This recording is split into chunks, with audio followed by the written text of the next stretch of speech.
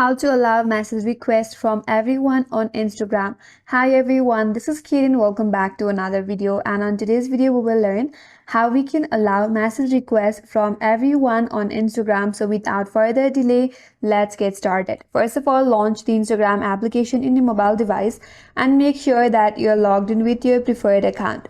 So once you land on your home page, navigate to the bottom right corner and tap on your profile icon. Once you're on your profile page, tap on the three-line icon in the top right corner, and on the settings and activity page, you have to scroll down a bit and then tap on messages and story replies.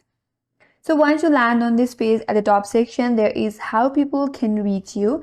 There, tap on message request. Now here, tap on the option that says others on Instagram, and here you have to select message request. So once you have done that, you have basically allowed message requests from everyone on Instagram. And that's all for today's video. Hope this video was helpful, and if you're new to our channel, consider subscribing. Thank you for watching and stay tuned for more videos.